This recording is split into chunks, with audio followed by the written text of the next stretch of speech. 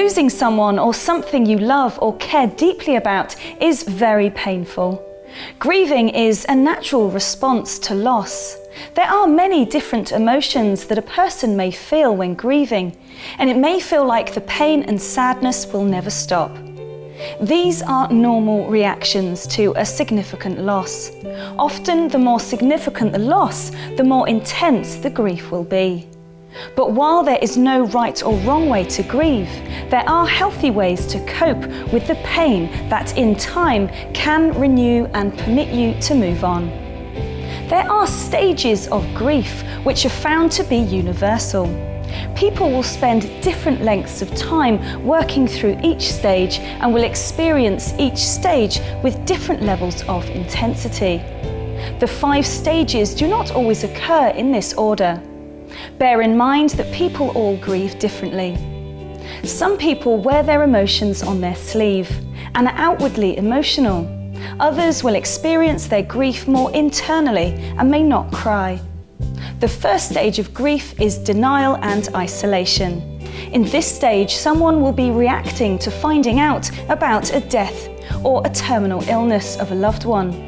It's a defense mechanism that buffers the immediate shock.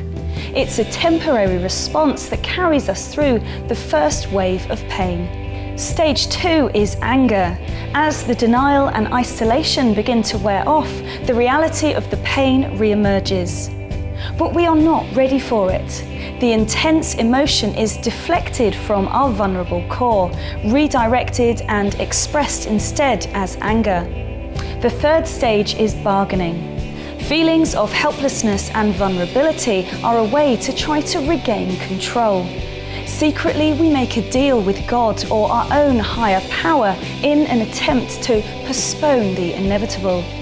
Stage 4 is depression. Sadness and regret predominate, and a person will prepare to bid farewell to our loved one. The final stage is acceptance. Unfortunately, this stage is not met by everyone, particularly if the death was sudden or unexpected. This phase is marked with withdrawal and calm. It's not a period of happiness, but is distinguished from depression. Remember, grief is a personal and highly individual experience. How you grieve depends on many factors, including your personality and coping style, your life experience, your faith, and the nature of the loss.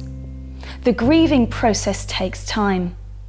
Healing happens gradually, and it can't be forced or hurried.